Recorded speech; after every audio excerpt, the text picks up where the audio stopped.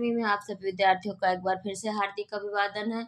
हम देख रहे थे चैप्टर वाइज प्रैक्टिस सेट। अभी तक हम लोगों ने पत्र पत्रिकाएं देखा था। पत्र पत्रिकाओं पर हमारी कक्षाएं समाप्त हो चुकी थी। आज की हमारी कक्षा प्रारंभ होती है रचनाएं और रचनाकार से। तो चलिए बिना देर के शुरू करते हैं। पहली बार चैनल पर आए हैं या अभी तक चैनल को सब्सक्राइब नहीं किया तो ज़रूर सब्सक्राइब कर लें। कोई प्रश्न हो या कोई सुझाव तो कमेंट सेक्शन में ज़रूर दें। प्लीज़ लाइक शेयर सब्सक्राइब और कमेंट करना ना भूलें। तो चलिए, अभी तक जितने भी प्रैक्टिस सेट करवाए गए हैं सबकी प्लेलिस्ट बनी हुई है एक साथ, और टीजीटी पीजीटी के भी 10-10 सालों के प्रश्न पत्र मेरे चैनल पर प्लेलिस्ट में लगे हुए हैं। आप एक साथ उन सबको देख सकते हैं। तो रचनाकार से हमारा पहला प्रश्न है, लोकगीत निबंध के आधार पर बताइए कि निम्नलिखित में से कौन सा कथन सही नहीं है। पहला है ए है, अनंत संख्या में अपने देश में स्त्रियों के गीत हैं। बी है, स्त्रियां ढोलक की सहायता से गाती हैं। सी है, गांव के गीतों के अनेक प्रकार नहीं हैं। और डी है, भोजपुरी का विदेशिया बहुत प्रसिद्ध है। तो इसका उत्तर सी सही होगा, सही नहीं है। गांव के गीतों के अनेक प्रकार नहीं हैं, यानी कि लोकगीत निबंध अनंत संख्या में है अपने देश में की स्त्रियों द्वारा गाए जाने वाले गीत हैं, जिन्हें स्त्रियां ढोलक के सहारे भी गाती हैं। भोजपुरी का विदेशिया इसी का एक प्रमुख उदाहरण है। गाँवों के गीतों के अनेक प्रकार होते हैं। विवाह के समय अलग, जन्म के समय अलग, स्नान के समय अलग, खेतों में काम करते समय अलग, घरेलू काम के समय तथा नामकरण के समय इत्यादि। ऐसे ऐसे के रचयिता हैं विष्णु प्रभाकर जी। ऐसे ऐसे विष्णु प्रभाकर द्वारा रचित एकांकी है। मोहन दीनानाथ, मोहन की माँ, मोहन के पिता, मोहन के मास्टर जी तथा वैद्य जी डॉक्टर एवं एक पड़ोसन इस एकांकी के पात्र हैं। क्या वह दोषी था, इंसान में तुम्हें क्षमा नहीं करूँगा इत्यादि विष्णु प्रभाकर की अन्य एकांकियाँ हैं। क्या वह दोषी था, यानी कि ऐसे ऐसे, क्या वह दोषी था, इंसान, मैं तुम्हें क्षमा नहीं करूँगा, ये सभी इनकी विष्णु प्रभाकर की एकांकियाँ हैं। वह चिड़िया जो कविता के बारे में कौन सा कथन सही नहीं है। उस कवि के स्वभाव में नीले पंखों वाली छोटी चिड़िया है। वह चिड़िया संतोषी है। चिड़िया अन्न से बहुत प्यार करती है। और डी, उसे स्वयं पर विश्वास नहीं है। तो इसका उत्तर डी होगा, जो सही नहीं है। यानी कि वह चिड़िया जो केदारनाथ अग्रवाल द्वारा रचित कविता है। वह चिड़िया नीले पंखों वाली छोटी चिड़िया है। वह संतोषी है तथा अन्न से बहुत प्यार करती है। उसे स्वयं पर विश्वास है। वह गर्वीली है, नदी से प्यार करती है, उसे विजन से प्यार है। अगला प्रश्न, अक्षरों का महत्व रचना के आधार पर निम्नलिखित में से सही कथन नहीं है। दुनिया में अब तक करोड़ों पुस्तकें छप चुकी हैं। बी है, सबसे पहले व्यक्ति ने पशुओं, पक्षियों और आदमियों के चित्र बनाए। सी है, चित्र संकेतों से पहले भाव संकेत अस्तित्व में आए। और डी है, अक्षरों की खोज मनुष्य की सबसे बड़ी खोज है। अगला हमारा उत्तर होगा सी, यानी कि चित्र संकेतों से पहले भाव संकेत हैं। अक्षरों का महत्व, इसमें पूछना था कौन सा कथन सही नहीं है। तो चित्र संकेतों से पहले भाव संकेत अस्तित्व में आए, ये कथन गलत है। अक्षरों का महत्व गुणाकार मूल्य द्वारा रचित निबंध उपर्युक्त कथनों में से इस निबंध के बारे में सही कथन नहीं है। भाव संकेत अस्तित्व में है, मतलब सचित्र संकेतों से पहले भाव संकेत अस्तित्व में आए। वस्तुतः प्रागैतिहासिक मानव ने सबसे पहले चित्रों के जरिए अपने भाव व्यक्त किए, जैसे पशुओं, पक्षियों, आदमियों आदि के चित्र। इन चित्रों संकेतों से बाद में भाव संकेत अस्तित्व में आए। अगला प्रश्न, साथी हाथ बढ़ाना है एक कविता। साथी हाथ बढ़ाना साहिर लोधियानवी द्वारा रचित गीत शैली की कविता है। वस्तुतः कविता की महत्वपूर्ण पंक्तियां हैं, एक से एक मिले तो कतरा बन जाता है दरिया, एक से एक मिले तो जर्रा बन जाता है, बन जाता है सेहरा। अगला प्रश्न, गोल है खूब मगर आप तिरछे नजर आते हैं जरा। काव्य पंक्तियां किस रचना से हैं, तो ये चांद से थोड़ी सी गप्पे रचना से है। गोल है खूब मगर आप तिरछे नजर आते हैं जरा काव्य पंक्तियां शमशेर बहादुर सिंह द्वारा रचित कविता चांद से थोड़ी सी गप्पे से ली गई हैं। इस कविता में एक छोटी लड़की की कल्पना और गप्पे हैं। आकाश का साफा बांध कर सूरज की चिलम खींचता बैठा है पहाड़, घुटनों पर पड़ी है नदी चादर सी। प्रस्तुत पंक्तियां हैं एक शाम किसान से। आकाश का साफा बांध कर सूरज की चिलम नदी चादर सी। प्रस्तुत काव्य पंक्तियों के रचयिता सर्वेश्वर दयाल सक्सेना है, जो उनकी कविता एक शाम किसान से उद्धृत है। इस कविता में सूरज, पहाड़, नदी, पलाश के जंगल, अंगीठी, भेड़, मोर, चिलम इत्यादि का जिक्र है।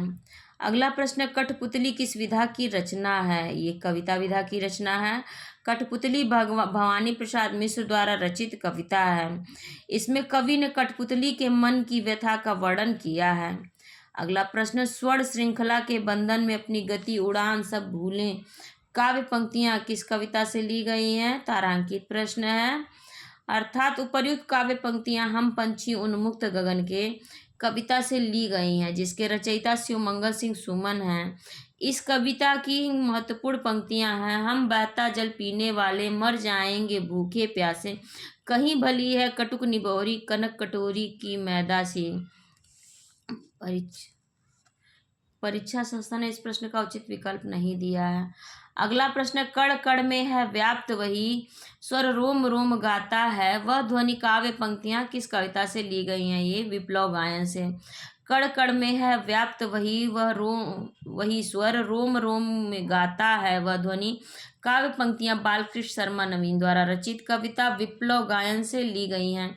विप्लव गायन जड़ता के विरुद्ध विकास की गतिशीलता की कविता है। इस कविता की प्रारंभिक पंक्ति है, कवि कुछ ऐसी तान सुनाओ जिससे उथल पुथल मच जाए। अगला प्रश्न, ऐठता तू किस लिए इतरा रहा, एक तिनका है बहुत तेरे लिए। काव्य पंक्तियों में कवि का तात्पर्य घमंड नहीं करना चाहिए।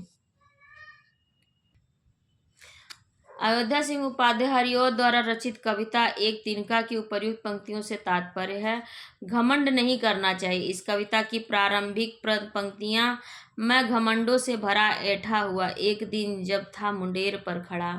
अगला प्रश्न है, परित्यक्त चीनी किले का उल्लेख निम्नलिखित में से किस रचना में मिलता है? तो ल्हासा की ओर। परित्यक्त चीनी किले का उल्लेख राहुल सांकृत्यायन द्वारा रचित यात्रा वृत्तांत ल्हासा की ओर में हुआ है। मूल रूप से यह यात्रा वृत्तांत राहुल की प्रथम तिब्बत यात्रा से लिया गया है। राहुल जी ने तिब्बत की यात्रा एक भिखमंगे के छद्म वेश में की थी।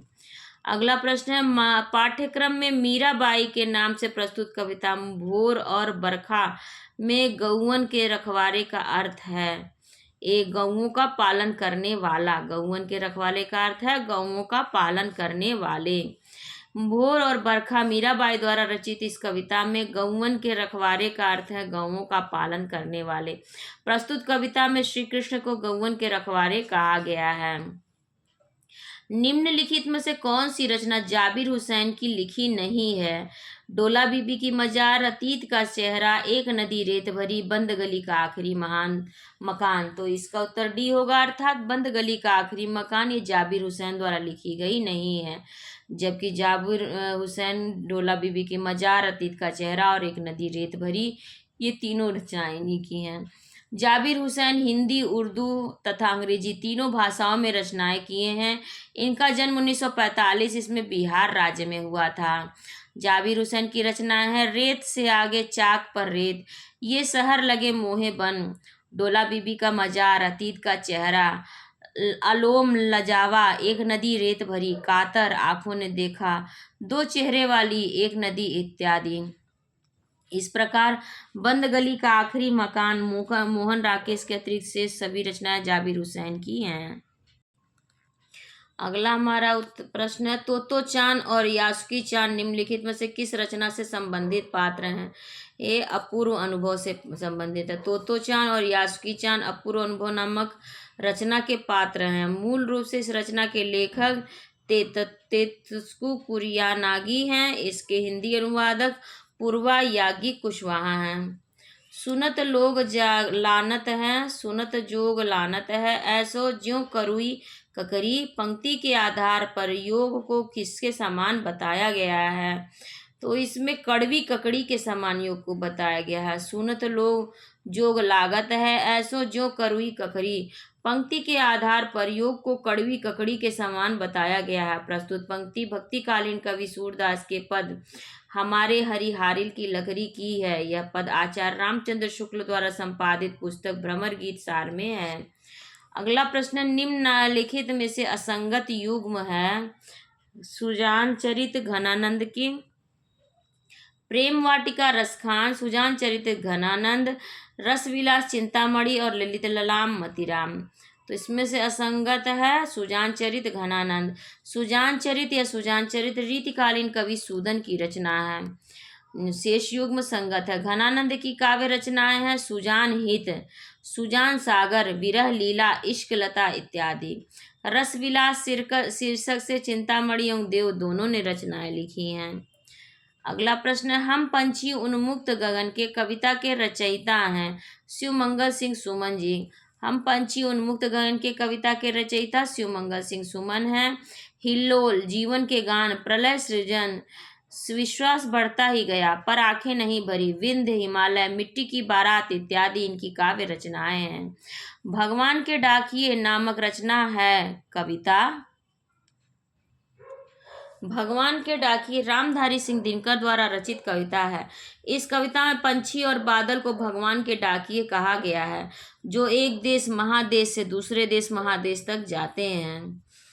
अब अपना और पराया क्या, आबाद रहे रुकने वाले, हम स्वयं बंधे थे और स्वयं हम अपने बंधन तोड़ चले। प्रस्तुत काव्य पंक्तियां किस कवि की हैं, किस कविता की हैं? तो इसमें दीवानों की हस्ती कविता से ये ली गई हैं।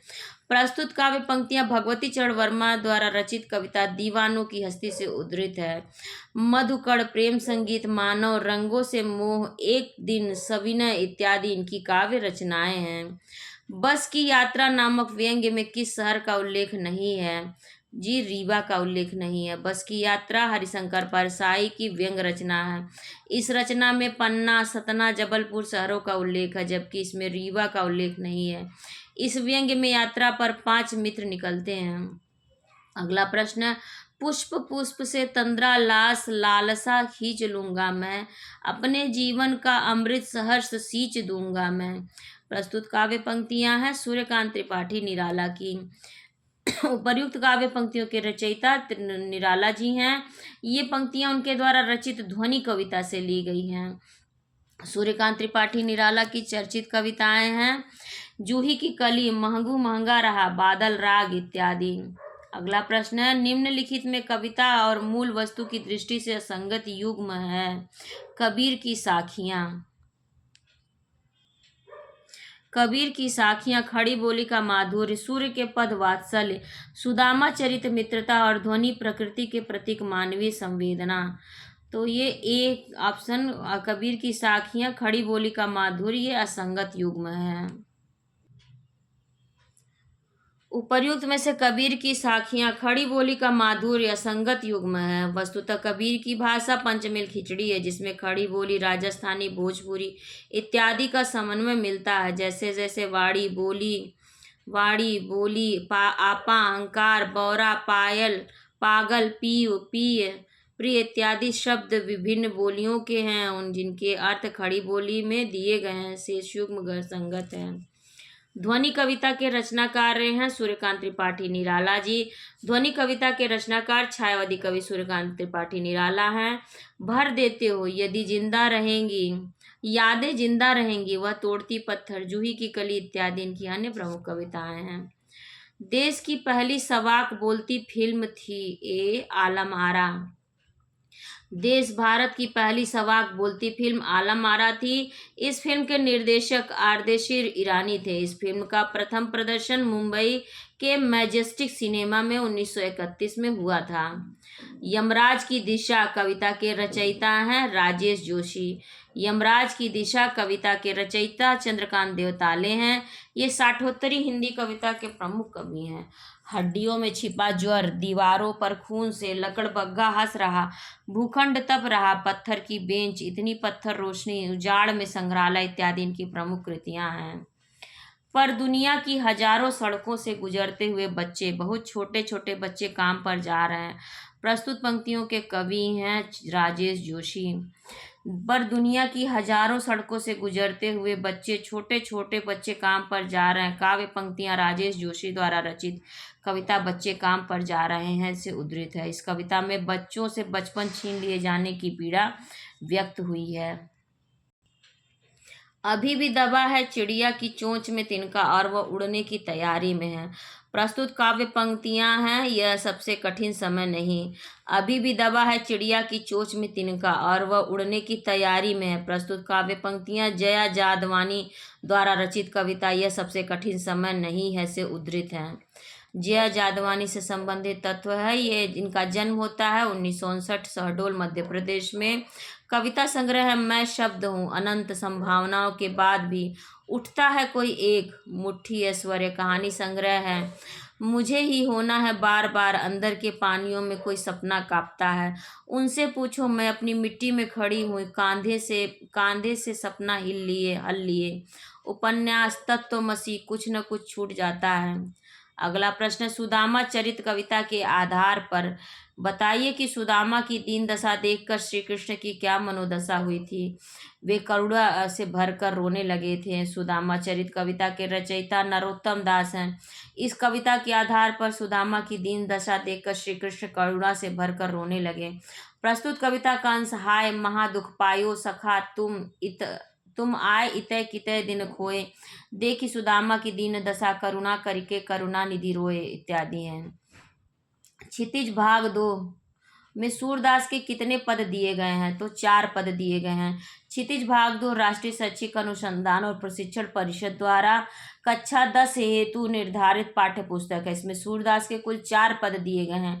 इन पदों की प्रथम पंक्तियां इस प्रकार हैं। ऊधो तुम हो अति बड़भागी, मन की माज रही, हमारा तो हरिहारिल की लकड़ी और हरिहर राजनीति पढ़े आए। ये चारों पद इनके सूरदास के संकलित हैं। तो इस प्रश्न पत्र को मतलब इस कक्षा को मैं यहीं पर विराम देती हूँ। इसके आगे के प्रश्न हम इसकी अगली कक्षा में देखेंगे। तब तक आप सभी से रिक्वेस्ट है, पहली बार चैनल पर आए हैं या अभी तक चैनल को सब्सक्राइब नहीं किया तो ज़रूर सब्सक्राइब कर लें। कोई प्रश्न हो या कोई सुझाव तो कमेंट सेक्शन में ज़रूर दें। आप सभी का बहुत बहुत धन्यवाद।